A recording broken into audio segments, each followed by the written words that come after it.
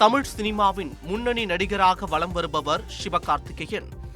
நடிகர் சிவகார்த்திகேயனின் அமரன் திரைப்படம் ரசிகர்கள் மத்தியில் பெரும் வரவேற்பை பெற்று வசூலில் சாதனை படைத்தது. தற்போது இயக்குனர் AR முருகதாஸ் இயக்கத்தில் தனது 23வது படத்தில் நடித்து வருகிறார் நடிகர் சிவகார்த்திகேயன்.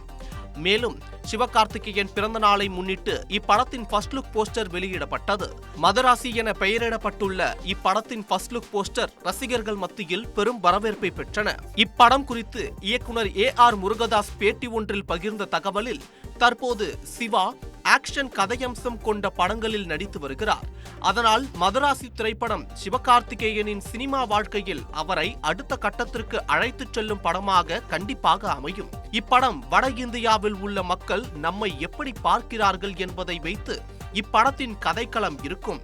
வட இந்திய மக்கள் தென்னிந்திய மக்களை குறிப்பிடும் வார்த்தைதான் மதராசி.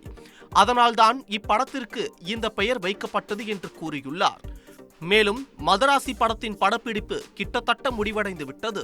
இன்னும் 12 நாட்கள் படத்தின் கிளைமேக்ஸ் காட்சிகள் மட்டுமே எடுக்க வேண்டும்.